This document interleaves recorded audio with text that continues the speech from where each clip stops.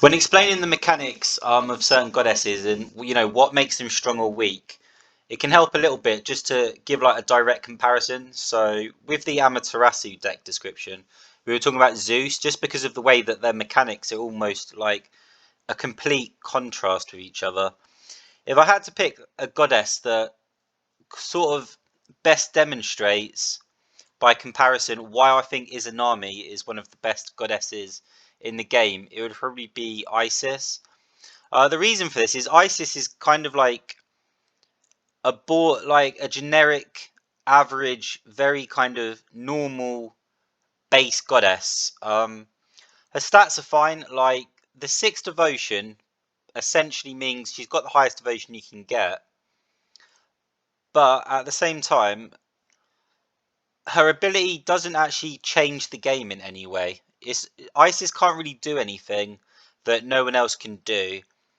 And the only thing really remotely unique about, her ability that, like maybe you could play the game in a different way is because she can heal, you could maybe like have like a Pharaoh's Plague kind of, like deck where you just build around that and just constant damage. And that would be okay, but it doesn't actually change like the mechanics of the game.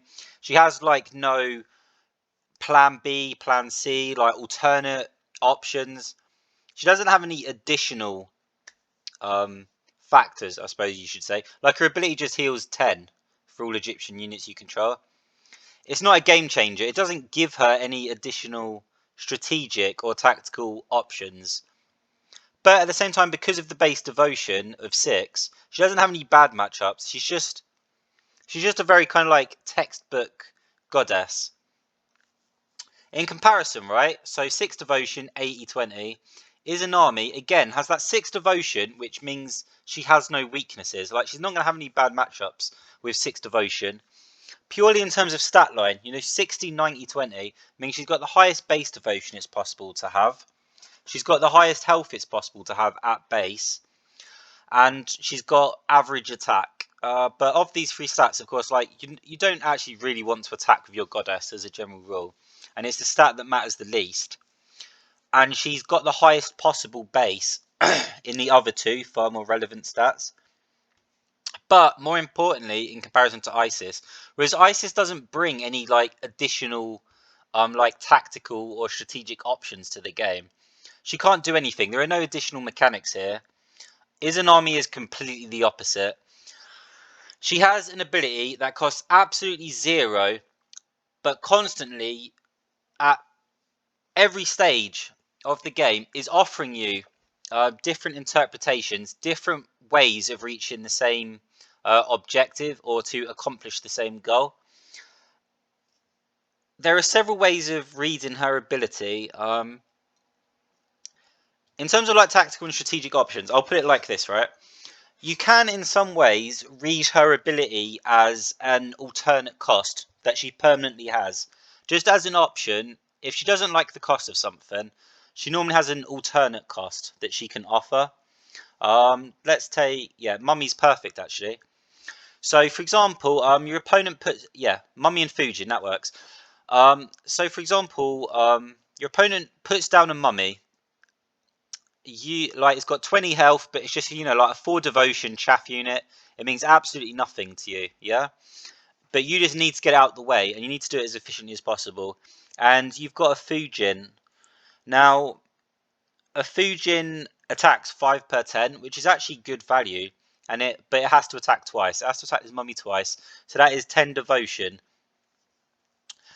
Isis would have no choice but to just go, right, well, I mean, if I have to destroy this mummy, then I've got to attack it. Like, there's nothing else I can do. Izanami, it has has the possibility of going, I'm not really, like 10 devotions a bit too high for me. I'm going to take my alternate option, my insurance policy, right? She could play, for example, like Toyatame, and then sacrifice it. And instead of paying that 10 devotion, she could just pay 6, yeah? Because, of course, her ability is, if you've got a permanent that's of a higher cost, so instead of paying 10 devotion, she can just pay 6 instead. That is an option she normally has, like just this alternate cost, this way of getting rid of things. in ways that, you know, like otherwise you can't. You know, if it's like especially useful, of course, if they've got, you know, like maybe, oh, I don't know, like they've got 3 nymphs on the board, which means that your attack would cost an additional 6. But nothing really affects this cost. It's pretty, you know, black and white. Does my card cost more than your card? And there's nothing your opponent can do about this either. It's not like they can make their cards cost more or make your cards cost less. So that's one way of reading her ability. But you can also read her ability as Izanami can pull resources from other parts of the board. And there's actually like an perfect example of this. When I played campaign modes in Egyptian mythology, I actually timestamped it. It's right at the end. It's like the last match, and there is a perfect example of this. I will just talk about it, so you don't have to necessarily see it, but I do recommend you look at it because that is like kind of like a textbook way of using Izanami just to accomplish something you couldn't normally accomplish. The example I'll give here is, say, your opponent. Let's come up with something. Okay, say your opponent has, say, Wall of Asgard, yeah? They have this Wall of Asgard in the back line, and of course, like a large part of the game is all about economy and just making like these positive EV trades.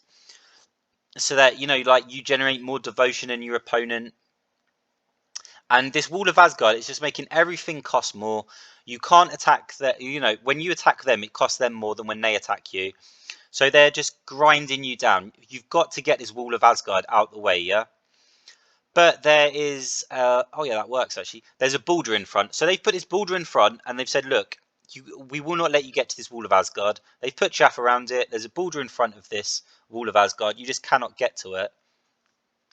You've got a Ningyo in front of this border. So you need to get through this border to the Wall of Asgard. You've got a Ningyo, and say you've got a Fujin, but it's nowhere near like anything. It's on the other side of the board, and you'd have to walk all the way over there. It'd be extremely expensive, and it wouldn't add anything that like Ningyo couldn't do anyway, because Fujin has 5 attack and Ningyo, you know, does 4 per 10 attack. So Ningyo is 20% cheaper in terms of attacking things. Now, normally, what, you know, like you would be forced to attack the border. Yeah, 20 health. So you'd have to attack the border twice, but because the border itself has 2 more to attack Norse units and the Wall of Asgard, that's +4 to each. So Ningyo would be at 8 per 10. It'd have to attack twice for 16. Then it would have to move into the square so that it could then attack the Wall of Asgard. Then it would have to attack the Wall of Asgard for twice for 6. So that is 16, 12 plus 6. Is that correct? 24. Have I got that correct? 16, 12, 28, 4. So 32, yeah? It costs 32 devotion to go from, like, through that, like, to get to this Wall of Asgard and destroy it. But you have to destroy it. Like, this is a win condition for them now. Izanami has the ability to pull this resource. You've got this Fujin. It is out of the way. It's like not impacting this part of the board at all. But this is an objective that must be taken down. You must take this Wall of Asgard down. What actually happens, like what effectively happens, is Izanami can take this resource and leverage this against this resource. So she takes her Fujin, which is nowhere near this part of the board. It's in a completely different part of the board, and just use this, leverage it, destroy it. I mean, effectively, you sacrifice it to destroy this, right? They're both destroyed. But you've leveraged your resources, even though your resources are nowhere near each other. By destroying this border, all the Ningyo needs to do is move forward and attack the Wall of Asgard twice, right? So that is 6 times 2 plus 4. So it's 16, yeah? Instead of costing 32 devotion, it now costs 16 devotion. This Fujin, which could not contribute in any way, you know, like is just not relevant to the situation, is now something that Izanami can take, and then if there's an objective she needs to take down, she is capable of taking this thing that most goddesses are just incapable of really like using to their benefit, and she turns a situation that was 32 devotion to solve into 16 devotion. Even if you take into account the cost of the Fujin, you know, which is 11, so that would be 16 plus 11, 27. So instead of 32, that cost 27, arguably, you've still saved yourself 5 devotion. Like, even if you consider it that way, you still saved yourself 5 devotion. That is insane, and no one else can do this. It is an additional strategic and tactical option that Izanami can do. This is why I rate her so highly. I think there are 4 top tier goddesses in this game. Izanami, Izanagi, Odin, Loki. I think all of them bring something to the table. Some way of playing the game that no one else is capable of playing. Just unfair, like these back routes. You know, everyone else has to walk the long way around and they just take all these shortcuts. Or, you know, like they just have all these additional options. And the option, like, this is just an option that she gives you for free. You don't have to pay for this. The activation cost is 0.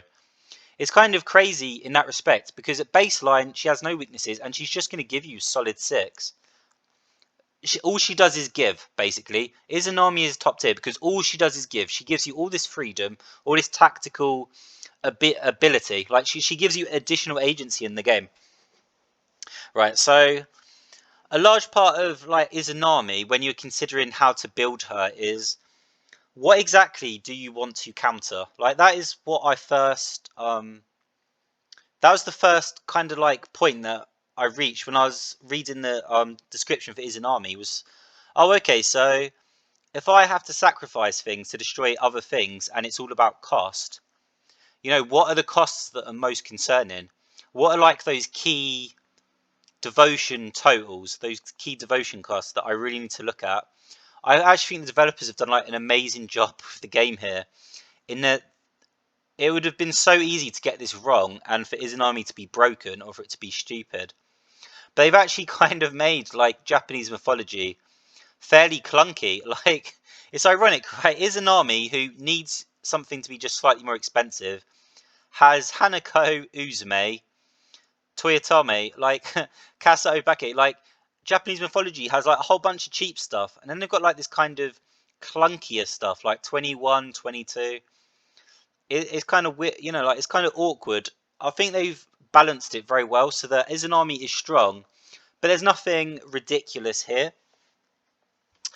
But the other side of that issue is, okay, well, if there are certain cards that I simply don't rate, like, I don't intend to play Ryujin. I think paying 22 to get just 6 devotion back a turn isn't that great. Like, even the return, like, her attack is a 10-20, so she pays 5 devotion per 10, which is the same as Fujin, except, you know, Fujin can attack the exact number of times. She has specificity. Like, if something has 30 health, Fujin can just attack 3 times for 15, whereas this Ryujin has to attack twice for 20. So you're costing yourself 5 devotion there. She's just kind of, like, a little bit clunky and awkward and very expensive, and you don't quite get the return that you're hoping for. So actually, as far as I was concerned, the question got flipped on its head.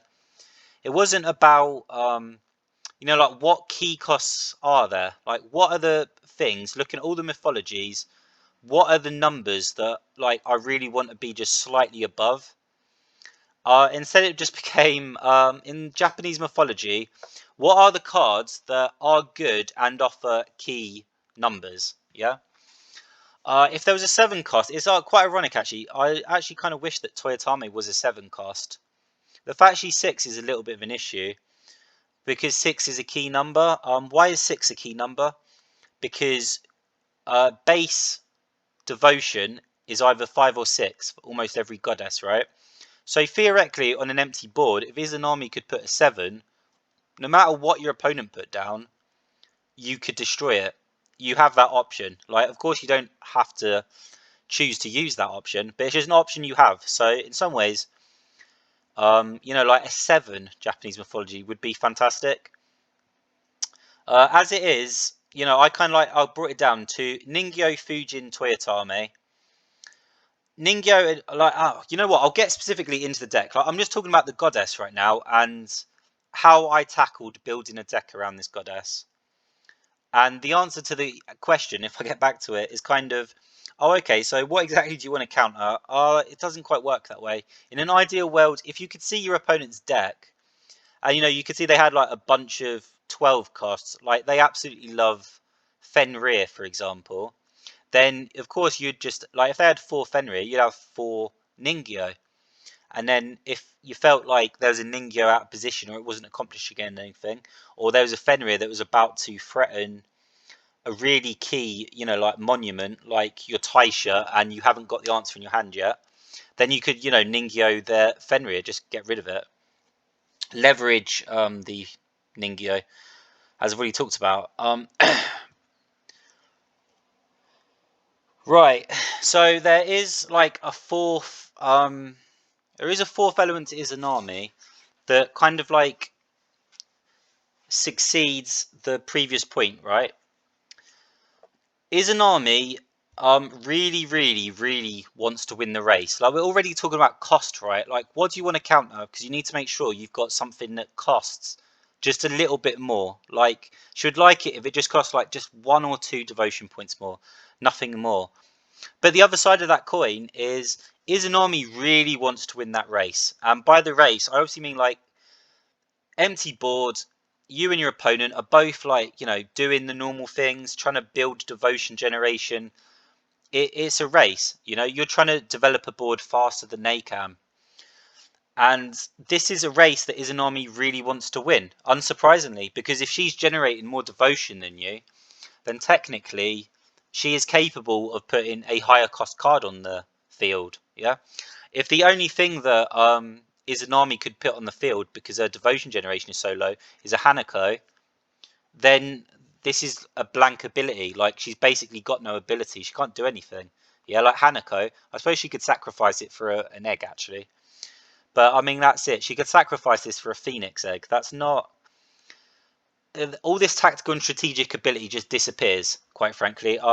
That's the way you deal with Izanami, to be honest, is she has these additional tactical and strategic options, but it's all engendered by winning the race, being ahead, making positive devotion trades, having the capability of putting down units which are capable, if she chooses to explore that option, of removing your units. So if you're ahead and you manage to put down an Athena, she can't really do anything. I mean, you can Raijin, but this card is pretty trash. I don't think this is even worth it. Like, I definitely wouldn't put in Raijin for Athena, because Athena is a win condition. Raijin is just like an anti-win condition, and it can't win on its own because it generates 4 devotion a turn, and you just pay 21 for it. Even after destroying the Athena, I'd be looking at this like, okay. And of course, Raijin itself isn't actually relevant to Izanami's ability. This is just this is just a card that Japanese mythology has. It's a terrible one. This is what I mean. Like there are a couple of clunky cards here I don't really like. Right, so she really wants to win the race. She gives you strategic and tactical options. She has no great weaknesses in terms of like matchups. There's no goddess that you walk into against and you kind of like, oh, like this isn't a good matchup for us. We're in trouble. That doesn't happen with Izanami. She doesn't feel that worried. Normally what happens is I talk about the goddess and like how the mechanics work, her skills, general like considerations. Like I read the card, what are the things that I'm thinking about when I deck build, and then I go specifically like card by card, and at the end, like if I feel like I just need to like summarize everything, just put it together and just say, right, well, this is the deck overall. I've talked about each individual card and I've explained why I think Izanami is good with these cards. Now you see like how it's supposed to work. If I feel like I haven't explained it thoroughly on the way, or if I want to talk about alternative ways of playing the goddess, but I can answer that pretty easily right now. Izanami has 6 base devotion. She can play in a number of ways. Her ability doesn't help, doesn't hurt her, and it's not restrictive. Like other goddesses like Izanagi or Amaterasu dictate the way that they play the game. Zeus as well, to be honest. Like Zeus's ability dictates the way that Zeus wants to play the game and can play the game. Like Amaterasu would be terrible with a whole bunch of low casts because every time you play a card, you lose a card from your hand, which means you get 1 less devotion because your hand is smaller. So Amaterasu doesn't want like cheap little cards. Yeah, but I mean that's what I mean. Like it's dictating. Like the ability dictates. Izanami's ability doesn't dictate. It's all about freedom with her. She's top tier because she gives you, but she's not demanding anything. She doesn't need anything. She doesn't really care too much about what type of deck you want to build. If you can go in many different ways with her, it's perfectly fine. I've already talked about her preferences though, if you know what I mean. Yeah, so I've answered that now. Basically, I mean, she has no like you can just do what you want with her. She gives and gives and gives. If you choose not to use her strategic and tactical options that she's given you, that's your choice. But the card herself is, isn't going to tell you what to do. It's going to allow you to do everything with additional options, really. Right, so card by card, yeah. Fujin and Ningyo you can kind of throw together. The more I play these, the more impressed I am by them. As far as I'm concerned, these are like the 6 win conditions of the deck to a large degree. 4 per 10 is fantastic value for money. Like 4 devotion per 10 is a really, really good rate. Even 5 per 10 is still above average. Like these are both fantastic. And they work really well with Bttle Plan as well. Ningyo is so incredibly vicious that if you just calculate, like say you're against a goddess that has full health, like 80 health, yeah? Ningyo only has to attack 8 times. 4 times 8 is 32. This is without any modifier, any additional cards, anything else. Just purely, just Ningyo on its own, without being buffed, can take a goddess from full health to 0 for 32 devotion. That is very, very attractive. Because the answer to the question, like, oh well, like how often are you going to see 32 devotion? How easy is it to get to 32 devotion? You see it all the time. It's not that difficult. This is a threat. If this is anywhere near your opponent, they have to remove it. Like Ningyo is too much value. It's too good. It is absolutely savage. Like as far as attack values go, this is absolutely savage. Of course, with Bttle Plan, it's even better. Just quickly, I should say, Bttle Plan like works exponentially. What I mean by that is if you've got one Bttle Plan on the field, Ningyo goes from 4 to 3, so you've made like a 25% saving. If you've got 2 Bttle Plans on the field, then she goes from 3 to 2, so you made 33% saving. 3 Bttle Plans, she goes from 2 to 1, 50% saving. So the more Bttle Plans, like each Bttle Plan makes every other Bttle Plan more effective. And suddenly, because the saving goes 25%, 33%, 50%, she is more than like, well, how else can you put this, right? With 2 Bttle Plans, she goes down to 2 for 10. So she is twice as effective. Like the 25% plus the 33%, of course, adds up to the 50. And she is twice as vicious. And she's already incredible. 4 per 10 is already incredible. 2 per 10, that's madness. That's 16 devotion to take something from 80 health to like that's mind blowing. These two are both very vicious. The ability is not really all that dictative. Like your opponent discards card from his hand at random. I've talked about this before. In other decks where I'm using Ningyo. In the mid to late game, this ability is pretty good because what happens, in most games is your opponent throws down what they can throw down. So, at the start of the game, they can only afford their cheap stuff. They'll throw down all their cheap stuff. So when it gets to like the mid game, what's left in their hand? All the stuff they can't afford to use yet. So like their bombs, like Athena or Nidhogg, yeah? Like all their big bombs, all the stuff they've got in their hand is the stuff that's a bit too expensive to bring down yet. But you really, really don't want to see. And discarding is majorly useful. Or it's their niche picks, stuff like Armageddon, right? Where the board isn't that big yet, they haven't lost control, you're not dominating the board, so they don't feel the need to use their Armageddon yet. And again, Ningyo discards that. That is very, very impactful. That's extremely useful. In the early game, this doesn't really matter a lot. They've got 5, 6 cards. You're unlikely to hit anything good. It's okay, but it's not like a big deal. But in the mid to late game, when it gets down to, like both players are down to like 2, 3 cards, the ability to discard is very, very relevant. But it's the cherry on top, really. We're not playing her for that. The same with Fujin. Like, Fujin's ability to push something away, maybe that means your opponent has to walk back towards her before attacking. So maybe you made like a little bit of a devotion gain, but this isn't really a game changer almost ever. It's just a thing that happens. Sometimes, I mean, a lot of times it's not even a good thing that happens. It's just a thing that happens.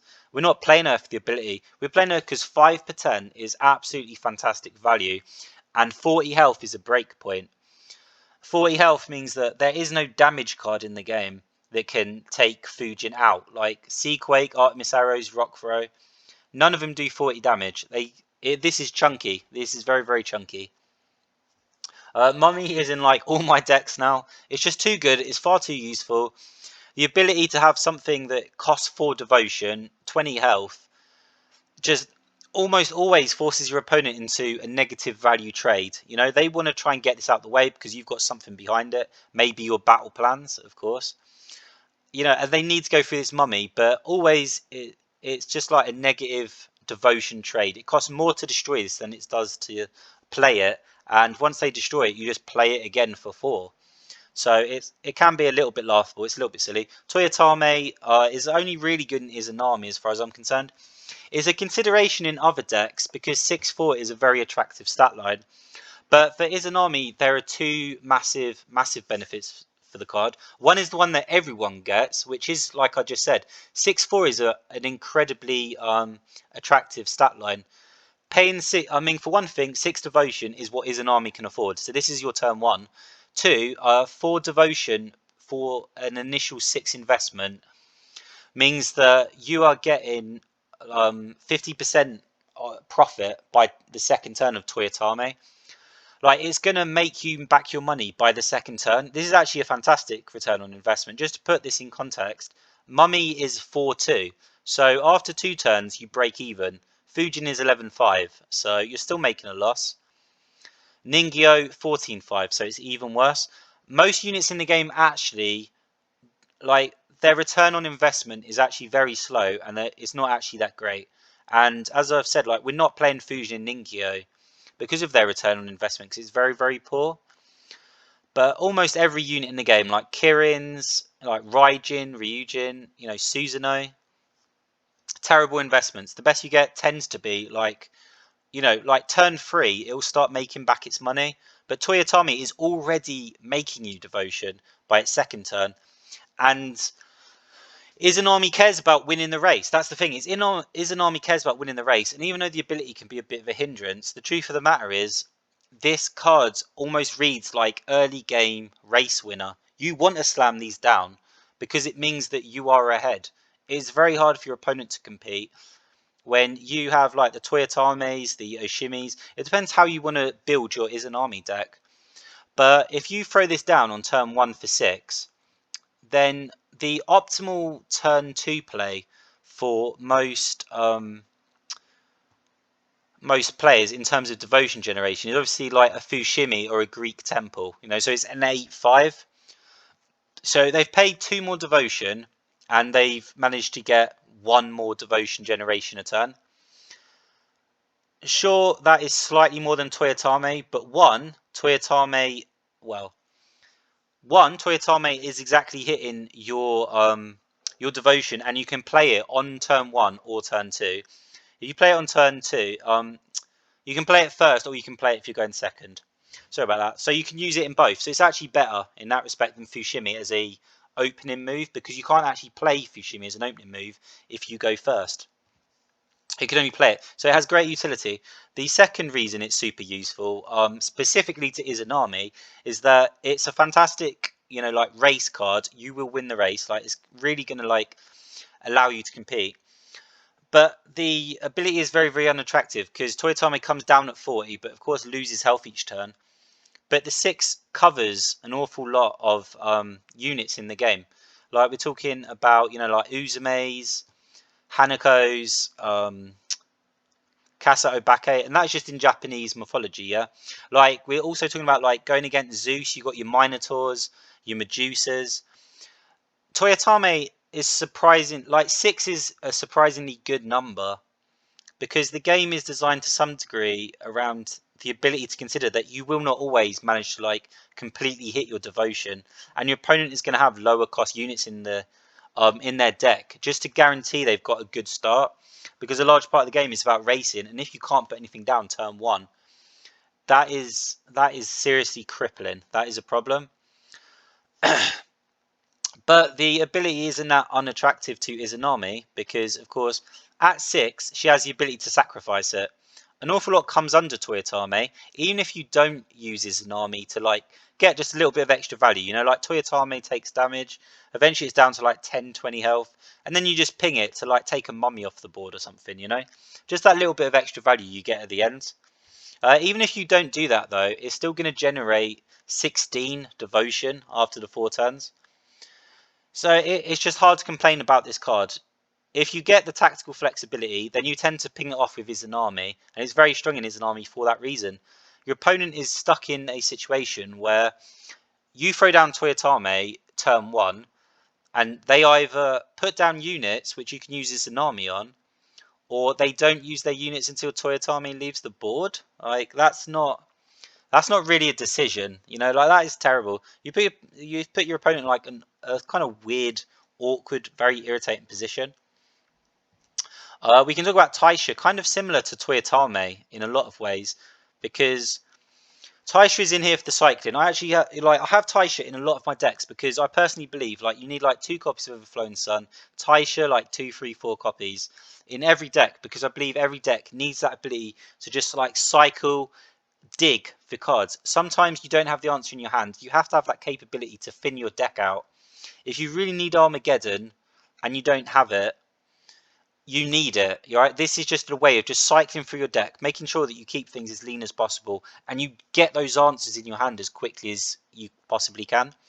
But of course, in Izanami, it doesn't just complete its objective with every other goddess. Izanami also has the ability to go, oh, well, Izanami, you know, like the Taisha's done its job. That's fantastic. Thank you, Taisha. I've now got that Armageddon I so desperately needed. You've cycled me to the correct answer. You've done your job. Oh, what's that? You're an 8 cost that only generates 3 devotion a turn. Well, that makes sense because I wasn't using you for the devotion, right?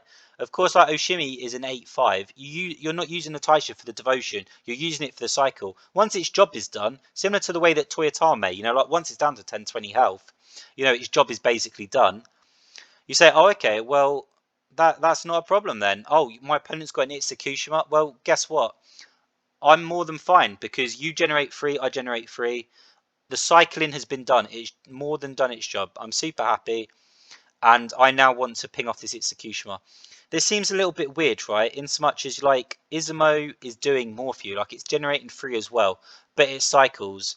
So why would you ping off like your 8 cost to take off a 5 cost? Here is why. Izanami loves to win the race, and being ahead in the race is better the lower and smaller and slower the race is. What I mean by that is like, if you work it out mathematically, right?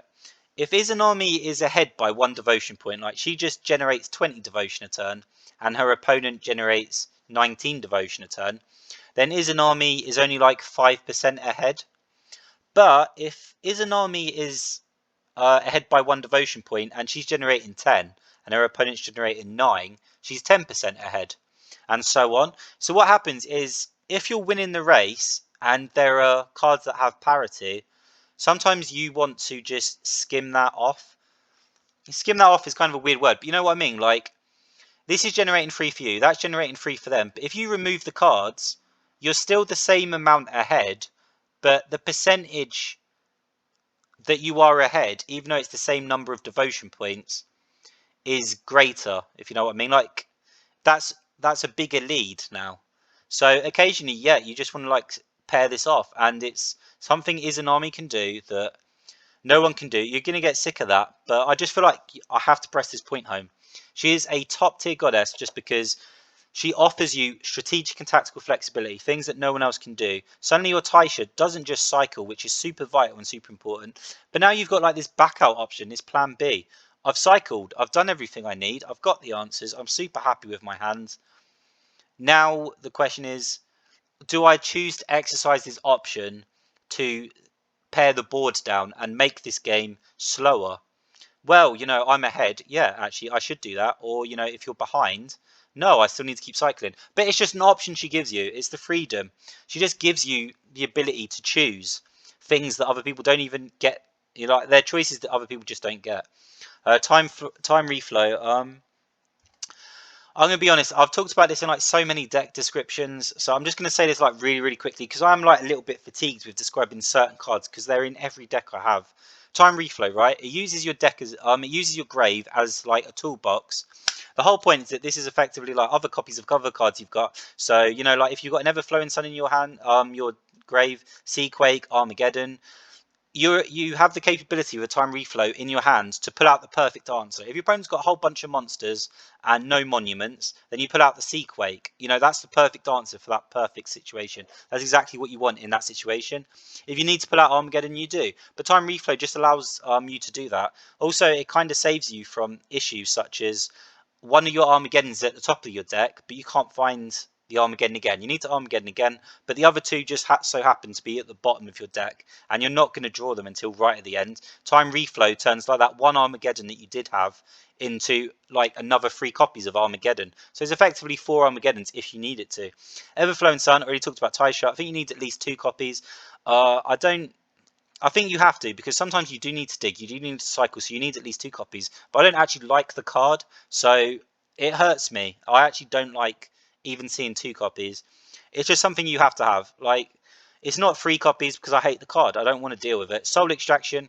Normally I have like 3 copies of the card, sometimes 4. Izanami definitely wants 4 though. Again, because she wants to win the race, and Soul Extraction is a great way of one, paring the race down, slowing things down. 2, it helps her to win the race. She really, really wants to win. Soul Extraction, 4 copies, because she absolutely must win this race. She values the ability to do so so highly. Bttle Plan I've talked about when I was talking about Ningyo and Fujin. Already, like he's exponential. If you put down one Bttle Plan, that's great, and it is going to like give you return on your investment. 6-3 isn't too bad either, but it's when your opponent is not paying attention and suddenly you slam down 2 or 3 Bttle Plans, things explode. Like suddenly your Ningyo or your Fujin is just lethal.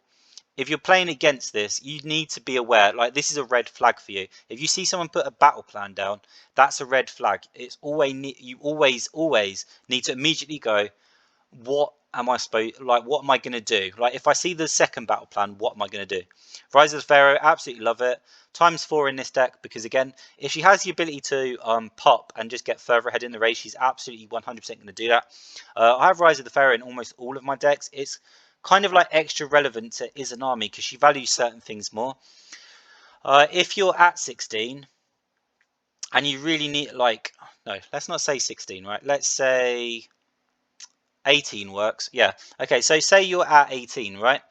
And you've got 2 Fujins in your hand. Of course, Rise of the Pharaoh is literally the difference between putting down 1 Fujin this turn and putting down 2 Fujins. Because Rise of the Pharaoh at 18 is 22. Fujin done. So now you've got 2 Fujin, and you're generating an extra 5 devotion a turn. Sometimes that's not like it's not so big a deal, but for Izanami, this looks like gold is just raining down on her. Like she absolutely wants the ability to pop and do this just to get even further ahead in the race, just like compete. Great Desert, similar to Soul Extraction. You want to compete in the race, but I also think like Armageddon, Great Desert is often an ender. For the same reason that I'm talking about like how Ningyo is very valuable in its discard in like the mid to late game. The same with Great Desert. Your opponent throws down all the stuff that they can afford to put down. So what's left in their hand? All their stuff that they can't afford to play. If you Armageddon Great Desert, their hands, what do they play? Like they're basically top decking at that point. Their hand is too expensive. If they had anything they could afford to play, they'd have played it by now. Which almost always means that your opponent, what's in your opponent's hand, isn't cheap enough to play just on base devotion. So they generate 6 devotion, then the desert takes it away. They generate 6 devotion, desert takes it away. They have to top deck desperately for something they can even play in the first place, just to get back in the game. And a lot of the time, the game's just over here. Seaquake, Armageddon. I mean, I've talked about these cards so often. I mean, what else is there to say about them? It's fantastic value in so much as like 19 for 30 damage is very, very good value. AoE as well, so you're almost always getting value for money with Seaquake. It's a fantastic card. Armageddon also. Sometimes you need that emergency button. You need the ability to reset. 100%. A lot of the time I have like Earthquake. I call it like the good old boys. You know, Seaquake, Earthquake, Armageddon. But I've already described how Izanami has the capability to just kind of, if she wants to get to an objective or she needs to get somewhere, you can't really stop her from getting there. So a lot of the time with Earthquake, it was just a matter of your opponents put down 2 walls of Asgard, and it's like, okay, well, now every attack I make is 4 extra devotion. That is an uphill battle, and I just can't do it. So Earthquake is useful in that situation. But Izanami just has that alternative way of going, well, I know that they've got 2 walls of Asgard, and they're now putting down chaff, but I'm just going to get the chaff out of the way, and we're going to hack away at these walls of Asgard, so it won't be so bad. But we do have the 3 copies of Armageddon anyway, just in case things get out of control. Izanami is, of course, extremely capable of just restarting the race all over again. Even if she doesn't, you know, like get ahead, she has 6 base devotion, so just simply saying, okay, well, let's start again. At worst, she tends to be about even. You know, occasionally Amaterasu might have a lot of cards in hand, or Hades might have a lot in the grave, but across like the field, like across all goddesses, Armageddon gets you literally back to basics, and with your ability to cycle in this deck, you tend to win that. Even if they've got something they can play straight away, you're going to cycle to the things that you need better than they're going to cycle to the things that they need. So I mean, well, yeah, that's perfect. Like, so we're gonna bring it back, right? Talk about the overall deck. It's pretty obvious what I'm trying to do here. Almost everything in here, with the exception of Ningyo, Fujin, and Bttle Plan. These are completely separate. This is your 6 win conditions and your battle plans to how do I want to say this? Encourage your battle conditions, I suppose you could say. Like, the battle plan's just here to encourage, but everything else, like Mummy, is for positive devotion plays. Toyatame is all about racing. Like Mummy's Toyatame, positive devotion plays. It's all about racing. It's all about creating that difference between you and your opponent. You know, cycling as well. Like, it's cycling, win conditions, and then it's soul extractions, rise of the pharaohs, great deserts. Even the Seaquake and the Armageddon is all about racing. So you can divide it into like 3 broad categories. I didn't think that through before I said it. Yeah, there are like 3 categories of cards in this deck.